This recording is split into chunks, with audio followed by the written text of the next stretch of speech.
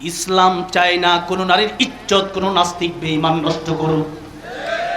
ইসলাম চাই না কোনো মাদ্রাসার ছাত্রীকে কোনো হিন্দু ছেলে দর্শন করুক, ঠিক না ঠিক? সেই জন্য আন্দোলন করা হচ্ছে প্রতিদিন। কেন সেই হিন্দু ছেলে আমাদের গাজীপুরের একটা মাদ্রাসার কোমল একটা বাচ্চা একটা শিশুকে ধর্ষণ করলো, এর বিচার চাওয়া লাগবে। কেন বিচার করতে হবে? বিচার যদি না করা হয় শুধু গাজীপুর নয়, তামাম বাংলাদেশ উত্তাল হয়ে যাবে। ঠেকানোর সুযোগ ডক্টর ইউনূস সাহেবেরও নাই।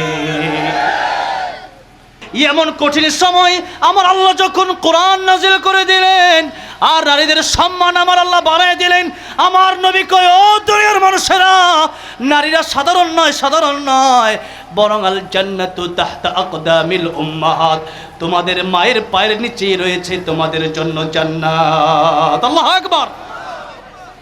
এই জন্য আরেকটা কথা ভালো করে মনে রাখবেন, যে তো নাস্তিকরা, হিন্দুরা, মুসলমানরা অনেক সময় প্রশ্ন করে যে আপনারা কি দেন। এখন আরেকটা এক্সাম্পল দিয়ে আমি নারীদের আলোচনা শেষ করে আবার পুরুষের দিকে, মাদ্রাসার দিকে যাব। একজন বাবা, তার দুইজন সন্তান। কয়জন? একজন সন্তানের বয়স 20 বছর, আরেকজন সন্তানের বয়স 5 বছর। দুইজনকেই বাজারে পাঠানোর সময় একজনকে দিলেন 1000 টাকা বড়জনকে, আর ছোটজনকে যার 5 বছর বয়স তাকে দিলেন 100 টাকা। বড়জনকে লিস্টি দিয়ে দিলেন, বাজার করে আনবা, মাছ আনবা, মুরগি আনবা, সবজি আনবা, তেল আনবা, আলু আনবা, চাল আনবা, ডাল আনবা। ছেলে কই 1000 টাকা দেওয়া হবে না, আমার পকেট থেকে আরো 1000 ভরা লাগবে, ঠিক না বেঠিক? রিক্সা ভাড়া আমার পকেট থেকে দেওয়া লাগবে। বড় ছেলে 1000 টাকা দিছে, 1000 টাকার সাথে তার আরো 1000 যোগ করতে হইল, কারণ 1000 টাকা দিয়ে কি আর বাজার হয়। আর ছোটজনকে দিছে 100 টাকা। এই ছোটজন বাজারে যখন তারা নিয়ে গেছে, তার 100 টাকা তার পকেটেই আছে। বাজারে যাওয়ার পরে তার চিপস খাইলে বড় ভাই কিনা দেয়, আইসক্রিম খাইলে বড় ভাই কিনা দেয়। এরপরে ছোট ভাই যদি বলে যে আমি ফুচকা খাবো, বড় ভাই খাওয়ায়। সব কিছু বড় ভাই দেয়, ভাড়াও দেয়, খাওয়ায় বড় ভাই। বাড়িতে দুইজন আসছে, বড় ভাই আসার পরে দেখা যায় বাপের 1000 আর নিজের আরো 1000 গেছে। আর ছোট ভাই এসে দেখে পকেটও আগের মতো 100ই আছে, কারণ ছোট ভাইয়ের কোনো খরচ নাই। এবার একটু ভালো করে লক্ষ্য করেন, নারী আর পুরুষে নাস্তিকরা আর নারীবাদীরা বলে যে ইসলাম তো ঠগাইছে। ও নাস্তিকরা, মিডিয়ার মাধ্যমে তোমাদেরকে শোনায় দিতে চাই, ইসলাম নারীকে ঠকায় নাই, বরং ইসলাম নারীকে পুরুষের চাইতে আরো কয়েক গুণ বেশি দিয়েছে। জোরে কোন সুবহানাল্লাহ। আরে আল্লাহ রাব্বুল আমিন সূরা নাহলে বলছেন, ওয়া ইদা বুশিরা আহাদুহুম বিল উনসা যাল্লা ওয়াজহুহু মুসওয়াদ্দাও ওয়া হুয়া কাযীম। একটা সময় কোরআন নাজিল হওয়ার আগে এমন ছিল, নারীরা যখন জন্ম নিত পৃথিবীতে, তখন তারা এই সুসংবাদ শোনার সাথে সাথে তাদের অন্তর তাদের কালো হয়ে যেত, চেহারা কালো হয়ে যেত, তারা মনক্ষুণ্ণ হতো যে নারী তো এটা একটা ভোগের জিনিস, ও আর কি করবো, ওর কাজটা কি? নারীকে কেবলমাত্র ভোগের জিনিস মনে করে মাটিতে পুঁতে ফেলা হতো, জিন্দা কবর দিয়ে দেওয়া হতো, আগুন দিয়া পোড়া মেরে ফেলা হতো। এমন কঠিন সময় আমার আল্লাহ যখন কোরআন নাজিল করে দিলেন আর নারীদের সম্মান আমার আল্লাহ বাড়ায় দিলেন, আমার নবী কয়, ও দুনিয়ার মানুষেরা, নারীরা সাধারণ নয়, বরং আল জান্নাতু তাহতা আকদামিল উম্মাহাত, তোমাদের মায়ের পায়ের নিচে রয়েছে তোমাদের জন্য জান্নাত। আল্লাহু আকবার। নারীর দাম ইসলাম বাড়ায় দিয়েছে। কে বলেছে নারীর মান ইসলাম খাটো করেছে? এখন আপনি বলবেন, তাহলে নারীকে কেন স্বাধীনতা দেওয়া হয় না? আপনি কোন স্বাধীনতা চান? আপনি কি শেয়াল হয়ে মুরগি খাওয়ার স্বাধীনতা চান? ওই স্বাধীনতা ইসলাম দেবে না। আর আপনার বাড়িতে মুরগি আছে, আপনি কি চান না কেন শেয়ালে খেয়ে ফেলুক? চান আপনি? তাহলে মুরগির মালিক যেমন চায় না আমার মুরগি শেয়ালে খা, ইসলাম চায় না কোনো নারীর ইজ্জত কোনো নাস্তিক বেঈমান নষ্ট করুক। ইসলাম চাই না কোনো মাদ্রাসার ছাত্রীকে কোনো হিন্দু ছেলে দর্শন করুক, ঠিক না ঠিক? সেই জন্য আন্দোলন করা হচ্ছে প্রতিদিন। কেন সেই হিন্দু ছেলে আমাদের গাজীপুরের একটা মাদ্রাসার কোমল একটা বাচ্চা একটা শিশুকে ধর্ষণ করলো? এর বিচার চাওয়া লাগবে। কেন বিচার করতে হবে? বিচার যদি না করা হয় শুধু গাজীপুর নয়, তামাম বাংলাদেশ উত্তাল হয়ে যাবে। ঠেকানোর সুযোগ ডক্টর ইউনূস সাহেবেরও নাই। আমার ভাইরা, আমার বাবাজিরা, একটু ভালো করে বুঝেন। একজন সন্তান, তার দায়িত্ব তার বাবার, ছেলের দায়িত্ব যতক্ষণ পর্যন্ত ছেলে বালেগ হয়, আর মেয়ের দায়িত্ব যতক্ষণ পর্যন্ত একটা মেয়ের বিবাহ না হচ্ছে। একজন ভালো পাত্র যতক্ষণ পর্যন্ত না পাওয়া যাচ্ছে, বাবা যদি মাজুর হয়, বড় ভাইয়ের উপর দায়িত্ব আছে এই সব খরচ দেয়া। এরপরে মেয়েকে আবার বাবা এক ভাগ সম্পত্তিও দিচ্ছে। আবার স্বামীর দায়িত্ব হলো তার স্ত্রীর ভরণ পোষণ সব স্বামীর দিতে হবে। আবার যখন তার সন্তান বড় হলো, এই মহিলা যখন মা হয়ে গেল, তখন তার দায়িত্ব তার সন্তানের কাঁধে। সুতরাং একজন মহিলা, একজন নারী, একজন মেয়ে 4 জনের কাছ থেকে পাচ্ছে। কয়জনের কাছ থেকে? একজন মেয়ে তার বাবার কাছ থেকেও পাচ্ছে, তার ভাইয়ের কাছ থেকেও পাচ্ছে, তার স্বামীর কাছ থেকেও পাচ্ছে, তার সন্তানের কাছ থেকেও পাচ্ছে। আর ছেলের দিক দিয়ে তাকান, দেখেন ছেলে যখন বালেগ হয়ে যায় তখন তার কাজ শুরু হয়ে যায়। কোথাও না কোথাও রিজিক অন্বেষণ করার জন্য তার ছুটে পড়া লাগে। সেই কষ্ট করে বাড়ির বাবা বৃদ্ধ হয়ে যায়, এই বোনের খাবারটা পর্যন্ত তার ভাই জোগাড় করে দেয়। এরপরে বিয়ের সময় যখন হয়ে যায়, এই বিয়ের সময় হয়ে গেলেও দেখা গেছে দেনমোহর দিতে বাধ্য থাকবে ছেলে না মেয়ে। ছেলে, মেয়ে যদি দেয়, জোর করে যদি নেয়, মেয়ের কাছ থেকে ওটা হবে যৌতুক। হালাল না হারাম? যৌতুক খাওয়া এমন হারাম, পায়খানা খাওয়া যেমন হারাম, যৌতুক খাওয়া এমন হারাম, শুকুরের গোশত খাওয়া যেমন হারাম, যৌতুক খাওয়া এমন হারাম, মদ খাওয়া যেমন হারাম। তাহলে আপনাকে যদি বলে আপনি বাথরুমের ময়লা খান, আপনি খাবেন নাকি? আপনি বলেন দুর্গন্ধ খাবো না। আরে ওইটার চেয়ে আরো বেশি দুর্গন্ধ যৌতুক খাওয়া। তাহলে আজকে থেকে নিয়ত কি করা যাবে না, নিজের ভাইকে যখন বিয়ে করাবো, নিজের সন্তানকে যখন বিয়ে করাবো, ও যুবকেরা নিজে যখন বিয়ে করবেন তখন যৌতুক মুক্ত বিয়ে করব, এমন নিয়ত বিয়ে করে না এমন যুবক কয়েকজনকে আমি দেখতে চাই। একটু হাত ওঠান। আল্লাহ আপনাদের জন্য নেককার একজন স্ত্রীর ব্যবস্থা করে দেন। জোরে বলেন আমিন। এত অবিবাহিত আল্লাহ। এখন ও যুবক ভাইয়েরা, যৌতুক যদি নেন শান্তি আসবে না, শুধু অশান্তি আর অশান্তি। ভাইয়েরা আমার, বাবাজিরা আমার, এক একটা নারীদের পক্ষ নিয়ে কথা বলতে গেলে গত 2-3 দিন আগে ঢাকা খিলক্ষেতে একটা মাহফিল, মহিলা মাদ্রাসার মাহফিল, দিনের বেলায় আলোচনা। সেখানে আমাকে বিষয় হুজুর মোহতামিম সাহেব দিয়ে দিলেন যে আপনি ইসলামে নারীদের মর্যাদা এবং অধিকার নিয়ে আলোচনা করবেন। সারা রাত যদি আলোচনা করি মনে হয় নারীদের পক্ষে আলোচনা শেষ হবে না। সুতরাং নারীদের পক্ষে অনেক কথা ইসলাম বলেছে, নারীদের সম্মান ইসলাম বাড়িয়ে দিছে। এবার পর্দার কথাটা বলেই আমি শেষ করে দেই। একটা চকলেটের খোসা আছে না নাই? বলেন তো চকলেটের খোসার কেন দরকার?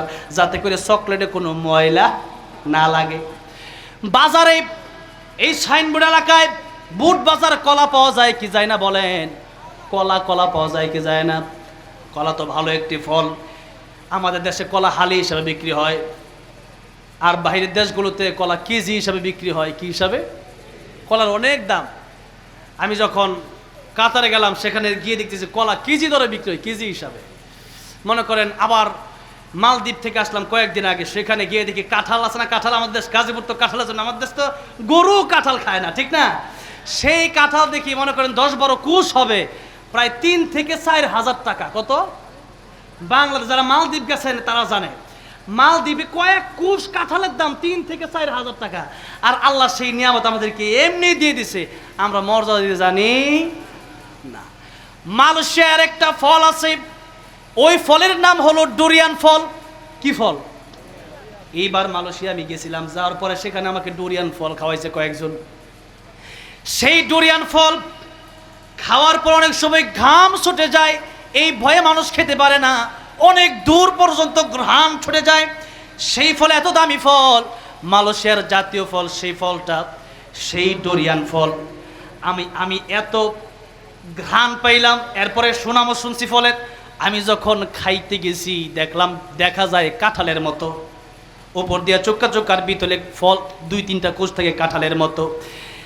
আমি মোটামুটি মুখে এক কোষ দিয়া চিন্তা করছি খাওয়ার আর কোনো অবস্থা নাই। বুঝছেন, খাইতে এত মানে ওইরকম স্বাদ না আর কি, কিন্তু দামি ফল। এই ফলটা যখন আমি মুখে দিলাম আর খাইতে পারলাম না। আমি বললাম না, আপনারা শেষ করেন। হুজুর আপনি খান। আমি কি, কেন, আপনারা খান। কিন্তু ওই ফলের দাম অনেক বেশি, কয়েক কোষের দামই হচ্ছে 2 থেকে 3 হাজার টাকা। সেই ডোরিয়ান ফল যেই মাত্র দেখলাম, আমার মনে হলো আহারে, আমাদের দেশে এত কাঁঠাল যে গরুও খায় না। আমাদের বাড়িতে অনেক, আমার বাড়িতে শ্রীপুর থানায় এত কাঁঠাল গাছ, খাবে কে? তো চিন্তা করলাম কাঁঠালের ব্যবসা করা দরকার, মোটামুটি বড়লোক হয়ে যাবো কয়দিনে। আমি এতটুকু বোঝাতে চাইলাম, ওই ডুরিয়ান ফলের চেয়ে আমার মনে হয় কাঁঠাল তার অনেক বেশি ভালো স্বাদও আছে। সেই কাঁঠাল আল্লাহ রাব্বুল আমাদেরকে নিয়ামত দান করেছেন। মালদ্বীপ আমার মন চাইছিল খাইতে, কিন্তু 2000-3000 টাকা কাঁঠাল কিনা খাম। আমি কই বাংলাদেশে গিয়া কয়দিন পরে খাম মনে। দেখেন আল্লাহ রাব্বুল আমিন না চাইতে আমাদেরকে এত নিয়ামত দান করে দিয়েছেন। এবার আপনাদেরকে যেই প্রশ্নটা আগে করেছিলাম, কলার কথা মনে আসেনি? কলা যদি বাজারে কেউ বিক্রি করে, যদি কেউ কলা শুলে, শিলা কলা যেটাকে বলা, ওইটা যদি বিক্রি করে, আপনারা কেউ কিনবেন ওই কলা? জুবাইর আহমদ আনসারী রহমতুল্লাহ আলাইহি তিনি একটা উদাহরণ দিতেন। তিনি বলতেন, কথার কথা, কোন এক লোক কলা বিক্রেতা, তার ওয়াইফ, তার স্ত্রী তাকে বলল যে এই কলাগুলা বাড়িতে নিয়ে যাবেন। মানুষ কলা কত কষ্ট করে শিলা খায়, এই কলাগুলা শিলা এরপরে বাজারে নিয়ে যান, তাহলে মানুষ সহজে খাইতে পারবে। এই লোক বাজারে কলা ছিলে, এরপরে কলা নিয়ে গেছে বাজারে। বাজারের লোকজন কলা কিনবে নাকি তার বাজার থেকে উঠাইয়া দিবে? কারণ তার কারণে আরো কয়েকজনের দোকানে মাছি মশা আসবে, যেরকম, ঠিক না বে ঠিক? এবার লোকটা গান গায়, কে আসো আমার কলার খরিদ্দার, কলার সাথে আছে 1 টাকা কইরা পুরস্কার। আমার সাথে আছে 100 কলা, 100 কলার সাথে 100 টাকাও পুরস্কার দিমু, তাও এই বল লই আর ঘুরতে পারবো না। রাস্তা দিয়ে একজন হেঁটে যাচ্ছে, সে চিন্তা করলো কলা তো খাওয়ার সিস্টেম নাই, কারণ কলা তো মশার মাছি খায় শেষ করে দিছে, ওই কলা খাওয়া যাবে না। সুতরাং এই কলাটা আমি নিয়ে না হয় ডাস্টবিনে ফেলায় দেব। 100 টাকাও যেহেতু পাওয়া যাবে, কলাও নেই, টাকাও নেই। এই যুবকটা কলা নিল আর টাকা নিল। বলেন তো আসলে কলা খাওয়ার জন্য কলা নিল নাকি টাকার লোভে কলা নিল? টাকার লোভে।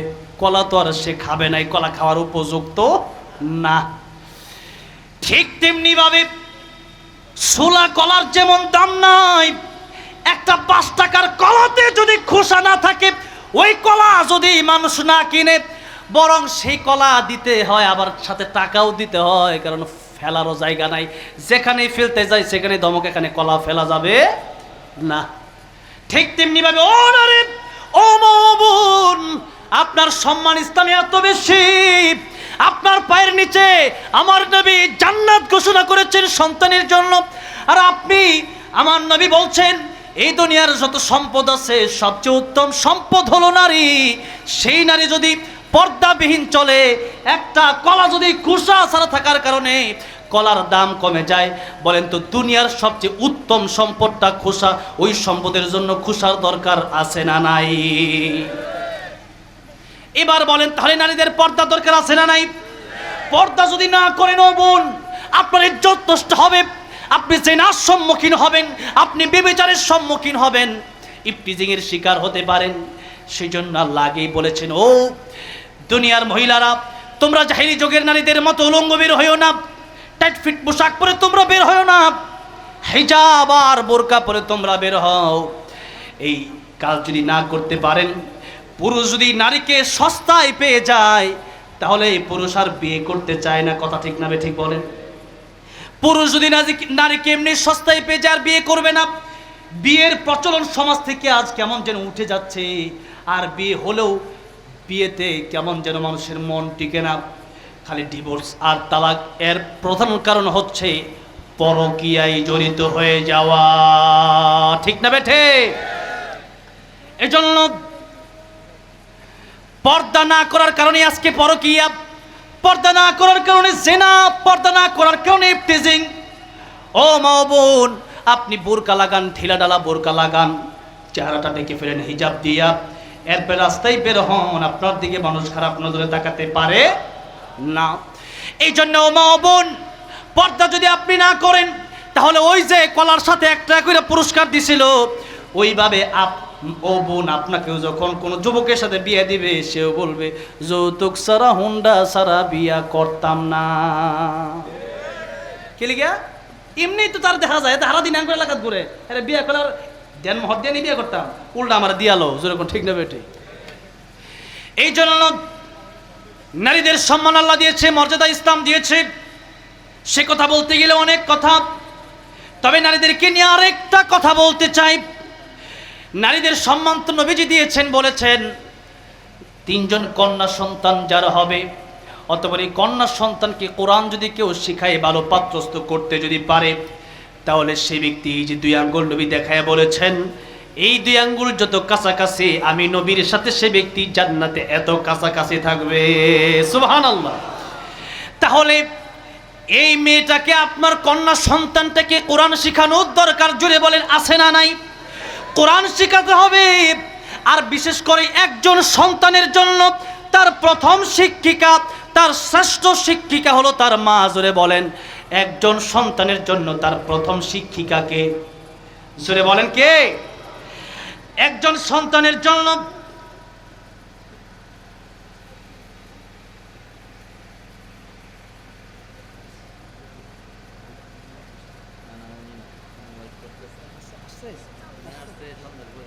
সুবহানাল্লাহ। আমি জানি না, আমার পরে যে বক্তা আছে আমি জানি না, আসলে 10 মিনিটের ভিতরে শেষ করে দেবেন ইনশাআল্লাহ। আমার ভাইরা, আমার বাবাজিরা, অবশ্যই অবশ্যই অবশ্যই। তাহলে আমি তো মনে করি যে একজন ছেলের চাইতে একজন মেয়েকে আরো আগে কোরআন শিক্ষা দেওয়া দরকার। কারণ একজন গুণী মানুষ বলেছেন, একজন ভালো মা উপহার দাও, আমি সেই মা থেকে একজন ভালো জাতি উপহার দেব। এই জন্য একজন মা হলে, এই মায়ের পেট থেকেই তো আব্দুল কাদের জিলানী জন্ম হয়েছে, এই মায়ের পেট থেকেই তো আশরাফ আলী থানভী জন্ম নিয়েছেন, এই মায়ের পেট থেকে মাহমুদুল হাসান দেওবন্দি জন্ম নিয়েছেন, এই মায়ের পেট থেকেই তো আল্লামা আহমদ শফি জন্ম নিয়েছেন, এই মায়ের পেট থেকেই তো আল্লামা জুনায়েদ বাবনগরী জন্ম নিয়েছেন, এই মায়ের পেট থেকেই তো আল্লামা নূর হোসেন কাসিমি জন্ম নিয়েছেন, এই মায়ের পেট থেকে আল্লামা সাইদি জন্ম নিয়েছেন। তাহলে মা যদি ভালো হয়, তার সন্তানটা ভালো হওয়ার সম্ভাবনা বেশি। আর মা যদি খারাপ হয়, তাহলে স্বৈরাচার, খুনি, জালেম বের হওয়ার সম্ভাবনা আছে। সেই জন্য মা ও বোন, আপনার জন্য কোরআন শিখার প্রয়োজন আছে। বিশেষ করে আপনারা হাজার আলাইহিস সালাম, মারিয়াম আলাইহিস সালাম, খাদিজাতুল কুবরা রাদিয়াল্লাহু আনহা, আম্মা জান আয়েশা সিদ্দিকা রাদিয়াল্লাহু আনহা, ফাতেমা রাদিয়াল্লাহু আনহা, তাদের জীবনী আপনারা পড়বেন, আপনার জীবনী আরো সুন্দর হবে ইনশাআল্লাহ। অন্যদিন অন্য কোনো মাহফিল আপনাদেরকে নিয়ে আরো কথা বলবো ইনশাআল্লাহ। এবার আসুন একটু পুরুষ আর নারীর পুরুষের দিকেও যাই। এই মাদ্রাসার ব্যাপারে যেহেতু আলোচনা, আল্লাহ রাব্বুল আলামিন বললেন, ও পৃথিবীর মানুষেরা, আল্লামাল কুরআন খালাকাল ইনসান। আল্লাহ প্রথমে বলেছেন আর রহমান, আমি আল্লাহ দয়াময়। আল্লাহ বলেন সবচেয়ে বড় দয়ার নাম হচ্ছে কোরআন শরীফ। সূরা কোন সুবহানাল্লাহ। সবচেয়ে বড় দয়ার নাম কি বলেন? কোরআন শরীফ। কোরআন শরীফ। এবার আল্লাহ বলেন, কোরআন শরীফ যদি শিখতে পারো, তাহলে এই গুণগত মানুষ হবা। আর কোরআন শরীফ যদি কেউ না শিখে, কোরআন যদি কেউ না মানে, কোরআন যদি কেউ না বুঝে, আল্লাহ বলেন উলাইকা কাল আনআমি বাল হুম আদাল। আল্লাহ বলেন চতুষ্পদ জানোয়ারের চাইতেও এরা আরো বেশি নিকৃষ্ট। সেই জন্য এবার আসুন একটু সামনের দিকে যাই। কোরআন শিখলেই আসল মানুষ হওয়া যায়, কোরআন না শিখলে শুরুতে মানুষ হওয়া যায়, বিতর্গত মানুষ হওয়া যায়, গুণী মানুষ হওয়া যায় না। আমার ভাইরা, আমার বাবাজিরা, এবার আসুন, কোরআন শিখলে কয়েক জায়গায় লাভ। দুনিয়াতে লাভ, 1 নাম্বার দুনিয়াতে লাভ, 2 নাম্বার কোরআন শিখলে পরে মৌতের সময় লাভ, 3 নাম্বার কোরআন শিখলে কবরে লাভ, 4 নাম্বার কোরআন শিখলে পরে আখিরাতে লাভ। দুনিয়ার কথাটা সংক্ষিপ্ত বলি, দুনিয়াতে কোরআন যদি কেউ শিখে